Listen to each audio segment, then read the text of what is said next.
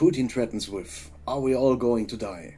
Despite what so many mainstream outlets and political YouTubers want you to believe, yes, of course we are all going to die. However, the probability of that happening in a nuclear war is currently not at all that high, and warning, if it did happen, it wouldn't necessarily mean the kind of bleak global game over so many so often portray. So please, before you put down your vault deposit and then end up literally at war with your wife because she doesn't seem to have a problem with tactical doggo being left behind, and you're already wondering which special shells might work best against schools, please relax, lean back and enjoy the video. The media landscape has been doing its best for years to crank everyone's stress level to 100 if a Russian uses the N-word, and these days it doesn't even need that, often just a CS in consequences word is enough. Now the question is, how likely is this all really? If we look, for example, at the military expertise among the staff of the New York Times, as in a January 2024 episode on Underestimated News, I'll be bold and claim that I might be able to paint a slightly more realistic, more nuanced picture than most of the professionally indebted colleagues out there. I do admire the technical depth of many people, for example Millennium 7 History Tech or the Military Show, but I want to highlight 2 points. These are rarely mentioned these days, except by specialists like Task and Purpose, Perun, and so on, but they should hopefully give you, dear viewer, significant relief. A. No, Russia will probably not use nuclear weapons against or because of Ukraine. B. And if they did, even in the case that everyone starts smashing every button on the keyboard, global chances of survival would not necessarily be zero. Yes, it would not be a walk in the park, but basically I'm only repeating what the 8PC instructor at Officer School taught us and specifically asked us to enchant wherever we can. To briefly outline what we'll look at today, first, what has Russia said and done so far? Second, the game theory dilemma. Has nuclear deterrence ever worked historically? Third, what does Russian nuclear weapon doctrine actually say? Fourth, probabilities of Russia using nuclear weapons. Fifth, diplomatic and doctrinal obstacles. Sixth, this is not a new threat and we have always been vulnerable. Seventh, why an everything must go exchange would not necessarily mean human extinction. No, Earth would not become Mars 2.0. So we'll look at all of that and then mix it together to arrive at a rough probability for nuclear weapon use in Ukraine. Admittedly, I was confused myself when I first saw the rationing impacts, primarily because of the lack of bang, and of course some concern is warranted.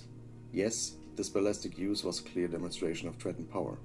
But if we first consider Russia's past behavior and the many other factors, in short, they do conduct many nuclear and missile technology demonstrations, like to show off those capabilities and constantly emphasize that they are moving nuclear-capable systems to, for example, Belarus. Now, spoiler, many missile launch platforms are naturally designed to fire nuclear warheads as well. In the military, versatility is valued, and in such cost calculations per unit, interchangeability of parts is a highly desirable goal. But the fact that these systems are capable of doing so should send us all into panic, right? Not really, and honest recommendation from our recent episode on Russian Maskirovka and evacuations in 2022. Nuclear armament, let alone the use of those warheads, is first and foremost a power play for influence and coercion, as we will cover in Section 2, and is governed by rigid rules as we'll discuss in Section 3. To keep this part short, we note Russia has often spoken about further escalation with uncertain counteractions, but again, no rockets fly. So, a quick overview and disclaimers. A. Russia's public saber rattling is most likely just that. B. Nuclear coercion mostly doesn't work. C. Russia's nuclear doctrine specifies clear cases for use. D. None of these cases applies because of Ukraine. E. Deterrence and information warfare are the key. Disclaimers. Just like Comrade Perun, whose 2022 1 hour on the topic I inevitably drew on, I'm not a nuclear strategist. We are using strong simplifications here, and some of the conclusions are highly controversial. Now to second, the game theory dilemma of nuclear intimidation. What we should be noted is that last year's authorization of long-range weapons for Ukrainian use inside Russian territory was indeed an escalation on the part of the Biden administration. If we look at practice, however, Ukraine has long attacked targets in Russia's rear areas, and we have still enjoyed a sky free of at least nuclear missiles. The problem with nuclear intimidation is actually pretty simple. If I try to coerce a smaller country with a nuclear threat, I immediately become the international boogeyman, flirting with the politically unthinkable, and risk instant, if not sanctions, then at least pariah status. And if I actually turned out to be the first to use them, well, all bets are off. Much more likely, though, is that instead of submitting, the bullied smaller country will try to shelter itself under the nuclear umbrella of a player or alliance opposed to me. As we can see, for example, from the fallout of Putin's publicly emphasized order to put strategic nuclear forces on alert, which certainly contributed substantially to Finland and Sweden joining NATO.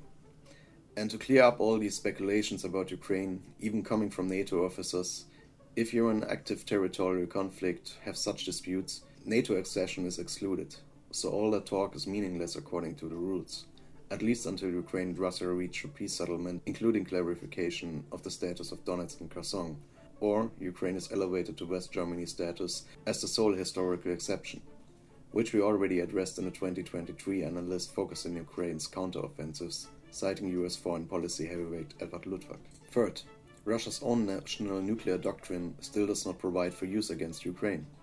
To quote Russia's own foreign minister Lavrov, Russia has a nuclear doctrine, not crazy people. Fortunately, doctrines long ago moved away from wanting to carpet whole countries with rockets. Also, modern arsenals are simply no longer capable of that, as they were reduced by up to 90%, and these days it would likely be considered overkill to designate individual artillery systems their own little boy.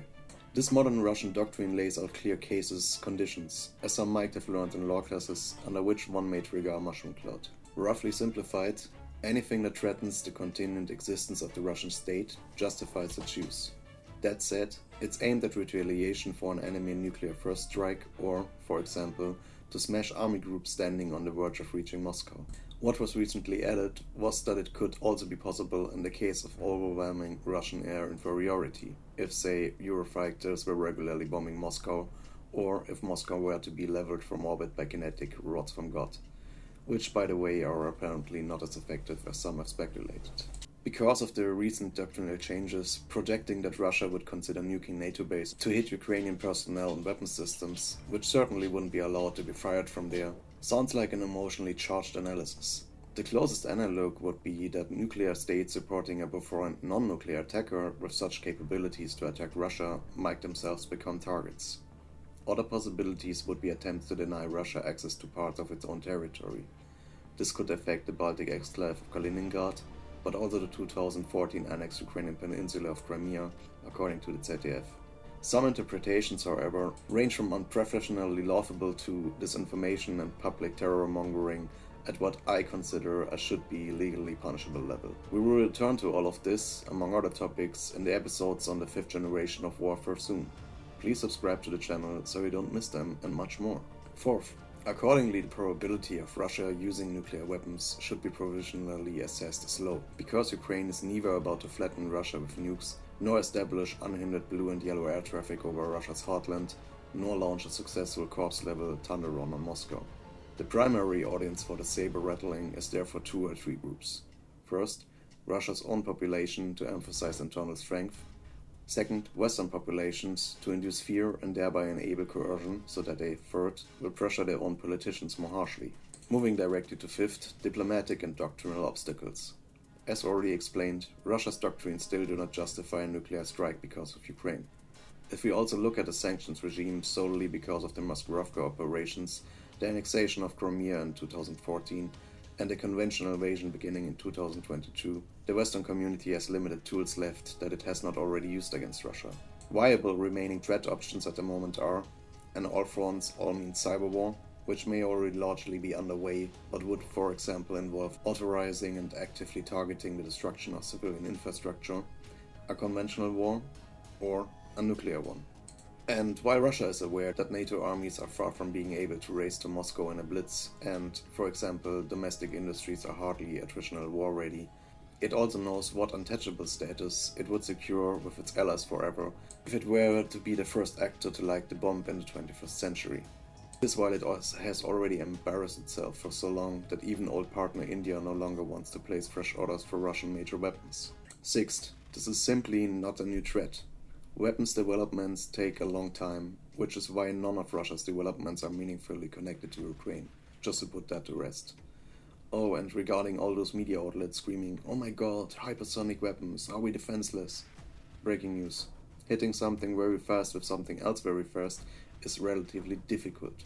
No side has ever been able to intercept one opponent's entire arsenal, and will very likely never reach that point unless every single Russian warhead were met by 3 to 4 interceptors with today still non-existent targeting capabilities, which would be infeasible both cost-wise and practically. So no, there's no shield, no dome or whatever. If they fly in sufficient numbers, ideally aided by decoys, they fly.